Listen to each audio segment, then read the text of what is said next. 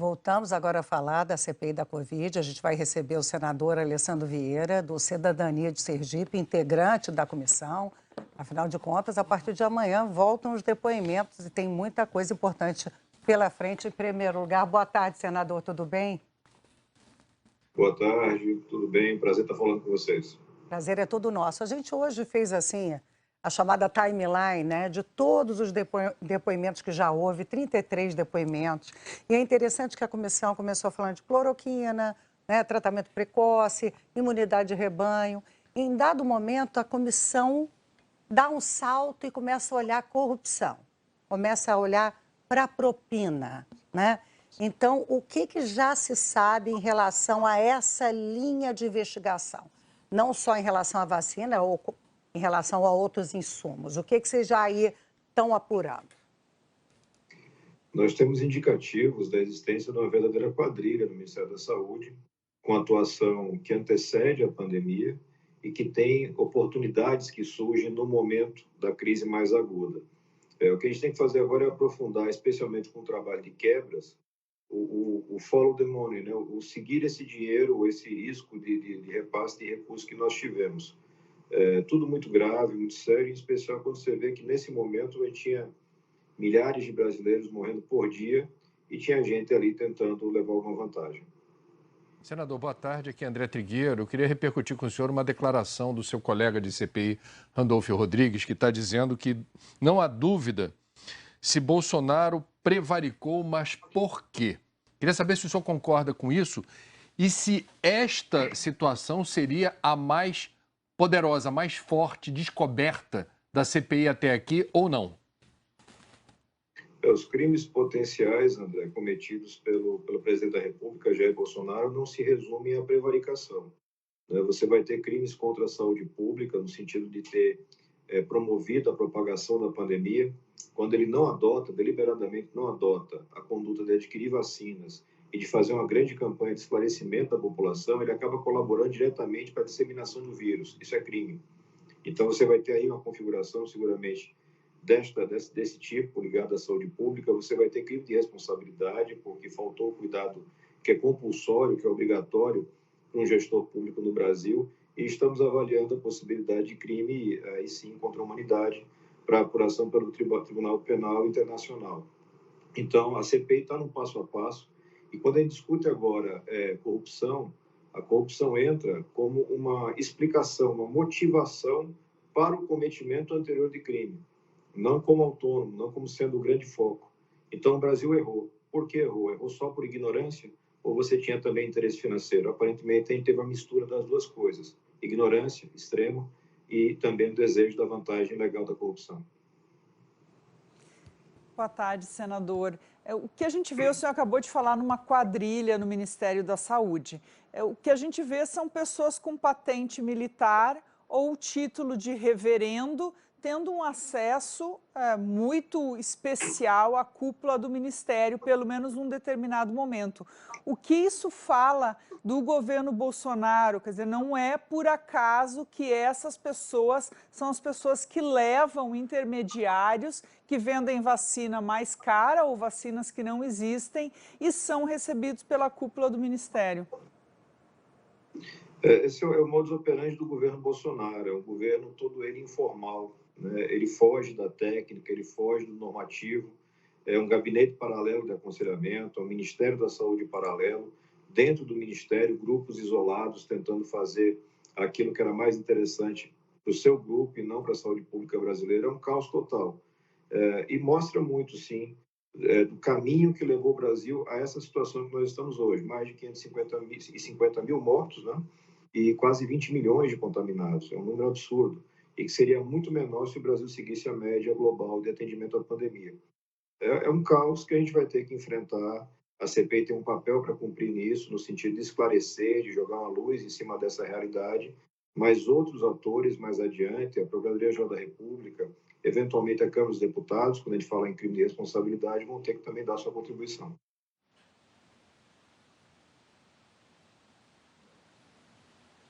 Senador, boa tarde. Aqui é a Natuza falando com o senhor. Uma das vertentes que eu imaginava que a CPI seguiria, e eu queria saber se ainda há espaço para isso, ou se não seria abrir demais o escopo, é saber qual foi a atuação do Ministério da Saúde e do governo Bolsonaro, claro, nas comunidades indígenas. Porque na avaliação lá atrás, isso era o que poderia caracterizar, a depender do que de fato aconteceu, e isso não está claro ainda para a sociedade, não está claro para mim, que sou jornalista, poderia motivar, inclusive, uma ação no Tribunal Penal Internacional por genocídio. Então, eu queria saber qual é a sua opinião, se isso deve entrar, se o senhor tem informação de que essa investigação em particular entra ainda e se dá a tempo para isso na CPI, para desvendar e a gente entender o que de fato aconteceu. Dá tempo, pelo menos precisa dar tempo. É um foco importante. Efetivamente, tem indicativos de que a política aplicada para as comunidades indígenas foi diferente da política aplicada para o resto do Brasil. A gente vem juntando documentação nesse sentido, tem alguns depoimentos pré-agendados para que a gente possa ter a clareza disso. É uma coisa muito séria, porque caso efetivamente comprovado, vai gerar uma possível responsabilização internacional. Aparentemente, nós temos pelo menos indicativos de que o norte do Brasil foi usado como um laboratório para se testar as teorias de tratamento precoce, de remédios milagrosos. E isso teve uma consequência negativa, com mortes e contaminações naquela região. Depende da apuração, mas é um foco importante do trabalho da CPI. Senador Otávio Guedes, boa tarde. Senador, o governo fez um movimento no recesso aí da CPI, que foi levar Ciro Nogueira, tirar da CPI, botar dentro do Palácio. Ele é considerado um político habilidoso, e o Reis vira titular e o Flávio Bolsonaro passa a ser suplente. Muda alguma coisa na CPI, essa nova correlação de forças aí dentro da força de defesa do governo? Otávio, não dá para fazer muita diferença entre Flávio, Reis e Ciro. É meio que farinha do mesmo saco, não tem muito impacto no dia a dia da CPI. O fato do Ciro Nogueira agora ser ministro apenas tirou a figura do atravessador. O Centrão já estava no governo, já fazia parte da base, já atuava com toda a liberdade. Eu sempre usei a expressão que você tinha um Centrão fardado que fazia ali um papel de intermediário para o Centrão de terno no Congresso. Agora tirou a figura do intermediário, mas aparentemente não vai ter nenhum tipo de impacto. Eu não vejo como um governo que já está repassando um volume de recursos que é o maior da história em termos de emendas públicas e emendas do orçamento secreto, e sem nenhum tipo de vantagem do ponto de vista de formação da base. E isso tem uma explicação. Os fatos são graves demais. E mesmo o mal político tem instinto de sobrevivência. Ele sabe que esse governo não tem futuro. Senador Valdo Cruz, senador, eu queria perguntar uma coisa. Existe alguns dos seus colegas, não sei qual a posição do senhor, que defendem a convocação do ministro Braga Neto, né, pela atuação dele na Casa Civil. Lembrando que, na época, na Casa Civil, ele coordenou ali um comitê para gerenciar o enfrentamento do coronavírus. Inclusive, tem-se a informação de que ele passava ordens para o Ministério da Saúde. O senhor defende a convocação do ministro Braga Neto, e qual a posição hoje na comissão, a favor ou contra essa convocação? Eu sou autor do requerimento de convocação do Braga Neto. Ele foi apresentado já há mais de 30 dias. A gente não conseguiu condição política para votação. Ele agora está indo para a pauta, eu espero que a gente consiga votar e aprovar. O general Braga Neto, na condição de ministro civil, tem um papel fundamental na cadeia de comando no combate à pandemia. Você não pode, nessa avaliação, nessa apuração de responsabilidades, você não pode fugir de determinadas figuras, não interessa se usam fardo ou não. O general Ramos, o general Braga Neto, o general Pazuello e o capitão, presidente da República, Jair Bolsonaro, precisam passar pelo crivo de avaliação de atos e possível responsabilização. Em particular, Braga Neto, que era o coordenador do esforço de resposta pública do Brasil. Agora quem é? O Valdo. Hã? O Valdo já foi? Oi? Não, desculpa, senador. Desculpa, senador, a gente tem uma ordem aqui. É o Valdo, né? Valdo fazer Não, pergunta. acabei de fazer pergunta, só quero cumprimentar. Ah, tá. Mas, senador, Totalmente o senhor acha que confuso. hoje há clima para aprovação dessa convocação do Braga Neto, ou ainda continua com a cúpula da CPI dividida em relação a isso? Ainda existe muito receio da convocação de um general que hoje ocupa o cargo de ministro da Defesa. Claramente, nós temos um certo grupo de militares da ativa e da reserva que vem confundindo os limites da sua atuação, tentando fazer atuação política, quando, na verdade, deveriam se limitar à atuação técnica, que é aquela que é reservada pela Constituição para eles. Essa convocação, na minha opinião, tem um papel muito importante para delimitar exatamente que no Brasil todos estão submetidos à mesma lei, não interessa se militares ou não. Senador Otávio Guedes aqui de novo. O senhor acredita que o Queiroga mudou o tom do Ministério? Ele vem tentando fazer correções, mas o problema que existe no Ministério da Saúde persiste, que é um grupo de assessores, num terceiro escalão, que respondem diretamente ao presidente da República. Você tem um exemplo disso com a doutora Mayra Pinheiro. A conduta que é imposta, que é levada ali dentro do Ministério, ela sobrevive ao esforço do ministro. O ministro fala uma coisa, mas ele não consegue executar com o tempo porque ele não tem a possibilidade de montar uma equipe com liberdade de funcionamento. A gente teve aquele primeiro caso da tentativa de nomeação da doutora Luana, que é bem exemplificativo dessa situação. O Queiroga vem tentando fazer com um pouco mais de cuidado político aquilo que ele pode, mas ainda é muito evidente que o Bolsonaro é o verdadeiro ministro da Saúde do Brasil. Senador, na sua opinião, qual foi o depoimento mais importante dessa comissão? Qual o depoimento que abriu mais linhas de investigação, que revelou mais irregularidades? O que o senhor apontaria ali como depoimento-chave da CPI da Covid? Todos eles acrescentaram algum ponto, mesmo depoimentos que aparentemente são puramente técnicos, como foi o caso da doutora Franciele, que era coordenadora do PNI, acabam sendo muito exemplificativos da realidade do Ministério, ou seja, o técnico sabe o que tem que fazer, ele diz o que tem que fazer, mas ele não consegue porque falta condição política, porque o governo não aceita, no caso, comprar vacinas e fazer uma campanha de esclarecimento da população. Então, todos eles tiveram um grande impacto. Os irmãos Miranda deram uma conotação de colocar isso no colo do presidente da República, a questão dos indícios de corrupção na compra, na negociação de vacinas. Daquele depoimento, você passa a tornar absolutamente inevitável uma fala, um posicionamento do próprio presidente da República, uma vez que ele teve conhecimento do que acontecia e aparentemente não tomou nenhuma providência. Senador, mais cedo aqui no Estúdio I, a gente mostrou os 33 depoentes, convidados, testemunhas que estiveram presentes na CPI.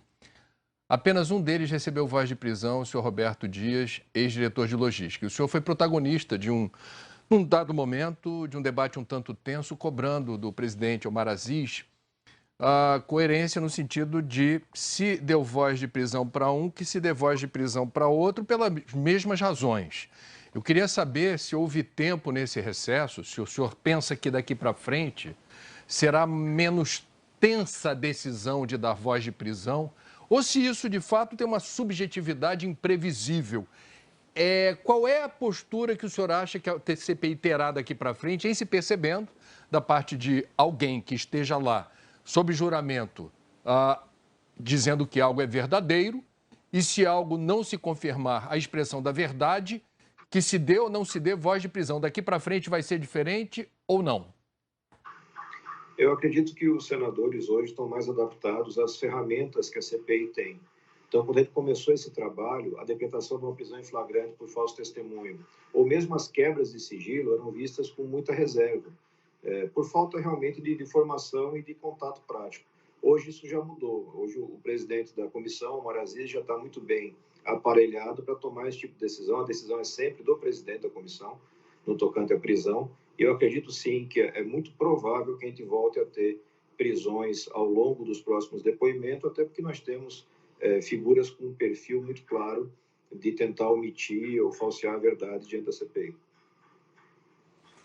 Senador, o texto final da CPI, assim como uma série de manifestações a respeito das coisas que o presidente da República tem falado contra a democracia, esbarram sempre na mão ou na gaveta do Procurador-Geral Augusto Aras, que agora foi reconduzido, foi indicado a recondução e isso passa pelo Senado. Eu queria saber se, na sua opinião, é a hora de ele explicar, se posicionar a respeito disso e se vai ser cobrado pelos senadores a respeito disso.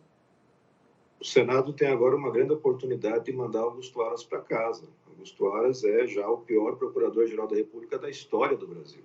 Ele efetivamente não honra a cadeira que ocupa, ele reduz o papel do Ministério Público, isso é voz corrente dentro da própria instituição e cabe ao Senado, numa sabatina que tem que ser objetiva, respeitosa, mas muito firme, fazer as correções de rumo e, se possível, rejeitar esse nome.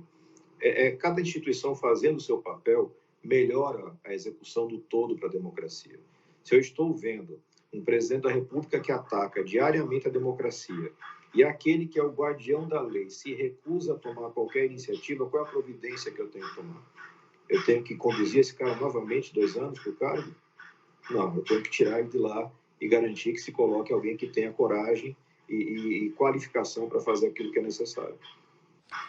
Senador, tem uma outra pergunta que acaba sendo ensejada por essa que a Ana Flor fez para o senhor, que é outra indicação do presidente Bolsonaro, só que do André Mendonça, para o Supremo Tribunal Federal. Como o senhor falou do Augusto Aras, eu gostaria de saber qual é a sua avaliação sobre a indicação de André Mendonça, Augusto Aras para a Procuradoria-Geral da República e André Mendonça para o Supremo Tribunal Federal. O André Mendonça é um profissional que tem uma carreira muito sólida, mas que, como ministro do governo Bolsonaro, se colocou na posição de subserviência, um cumprimento total de qualquer tipo de ordem, mesmo naquelas que são flagrantemente ilegais. E isso é incompatível com o exercício da nobre função de ministro supremo. Por dizer isso pessoalmente ao André Mendonça, ele teve no meu gabinete conversando já para, enfim, nessa pré-sabatina. Eu acho que tem que ser uma sabatina também muito respeitosa, mas dura, para cobrar o posicionamento que ele, como ministro da Justiça e como AGU, teve em vários momentos e que são contrários àquilo que a história democrática do Brasil aceita. Então, não é hora de você fazer o aparelhamento de uma das instituições que mais resistem hoje em defesa da democracia, que é o Supremo. E, de outra parte, Natuza, a gente não pode ignorar o jogo político de Brasília, que tenta conduzir nomes piores ainda. Então, a gente vai ter que fazer uma escolha muito consciente, espero eu que muito transparente também, tentando garantir o melhor resultado possível. Um ministro que seja técnico e que seja independente. Senador, é tanta coisa que aparece na comissão, né? Tanta linha de investigação, e são tantos os personagens, que a reconvocação é uma possibilidade. Queria saber, da sua opinião, qual reconvocação o senhor considera imprescindível, né? A depoente que já foi lá, mas depois tanta coisa aconteceu que é preciso que ele volte para esclarecer outros fatos. Eduardo Pazuello e Elcio Franco. O Elcio eu já Franco, apresentei, inclusive, o pedido de reconvocação dos dois. Se eu não estiver enganado, a reconvocação do Pazuello já foi até aprovada. Ele tem que novamente sentar ali, já com essa nova convicção, essa nova esfera de conhecimento que nós temos, para prestar os seus esclarecimentos e responder para o Brasil. Ele tem uma parte muito importante no desastre que nós sofremos. E o senhor vai querer saber exatamente qual é a parte da investigação, será que o senhor pode revelar, que o senhor vai querer completar com esses depoimentos de Pazuello e Elcio Franco? Você tem ali, desde a tomada de decisão na protelação de negociações de vacinas, porque quem recorda do depoimento lembra que o Pazuello informou, inclusive em tom professoral, que ele, como ministro, não negociava vacinas, porque ele seria a autoridade máxima. Eis que depois nós temos um vídeo dele negociando vacinas com um grupo de picaretas que aparece no Ministério da Saúde. Então, esse tipo de postura, que é desrespeitosa, não é com a CPI, é com o brasileiro, precisa ser confrontada. A gente tem que entender como é que esses militares da reserva, todos que se aboletaram lá no Ministério da Saúde, acabaram formando um grupo onde você teve gente criando até empresa de intermediação de insumos médicos. Quer dizer, o cara trabalha no Ministério da Saúde, sai para fazer uma empresa de intermediação de produtos para vender para o próprio Ministério da Saúde. E isso tudo passando ali naquele grupo imenso de militares de alta patente. Tem que esclarecer, tem que prestar contas, ninguém está fora do limite da lei, a gente tem que fazer as coisas funcionarem. O Brasil merece um país sério. E como merece, senador Alessandro Vieira, obrigadíssima pela sua participação aqui no estúdio e desejo um bom trabalho amanhã na retomada aí das sessões da CPI da Covid. Muito obrigada. Um abraço. Vamos falar novamente